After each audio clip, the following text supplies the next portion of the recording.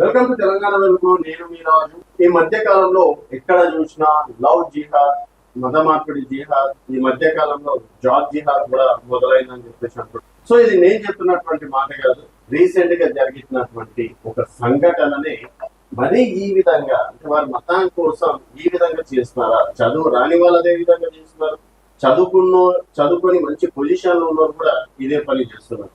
So TCS లో మత మార్పిడులు, లైంగిక వేధింపులపై విచారణ చేపడతామని చైర్మన్ ఆల్రెడీ ఒక స్టేట్మెంట్ ఇవ్వడం అనేది జరిగింది.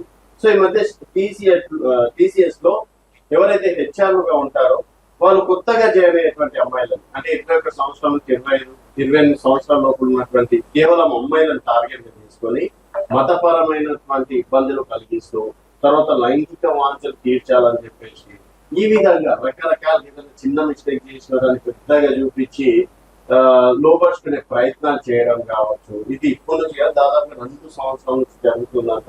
ఎవరు కూడా భయపడి జాబ్ గురించి ఆశతో ఎవరు చెప్పలేరు, కానీ ఈ మధ్య మాత్రం ఒక్కొక్కటి వెలుగులకు వస్తే దేశంలో ఇంత భయంకరమైన సిచ్యువేషన్లు ఉన్నాయా అన్న కాడికి దారి తీస్తుంది. సో నాసిక్ టీసీఎస్ క్యాంపస్ లో మత మార్పిడులు, లైంగిక వేధింపుల వ్యవహారంలో దాదాపుగా 7 ఉద్యోగులను సస్పెండ్ చేశామని టాటా సంస్థ చైర్మన్ చంద్రశేఖరన్ తెలిపారు. వాస్తవాలను గుర్తించేందుకు సిఓఓ భారతి సుబ్రహ్మణ్యన్ నేతృత్వంలో సమగ్ర విచారణ జరుగుతుందని పేర్కొన్నారు.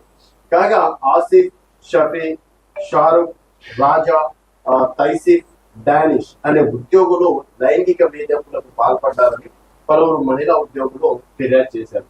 సో ఏ ఒక్కరో ట్రేడ్ చేయడం వల్ల వీళ్ళు చేస్తున్నటువంటి అరాచకాలు అనేది బయటపడ్డాయి, కానీ లేకపోతే ఇది కాస్త అంటే ఈ వార్త మళ్ళీ తెలవడానికి ఎన్ని రోజులు అయ్యేదో.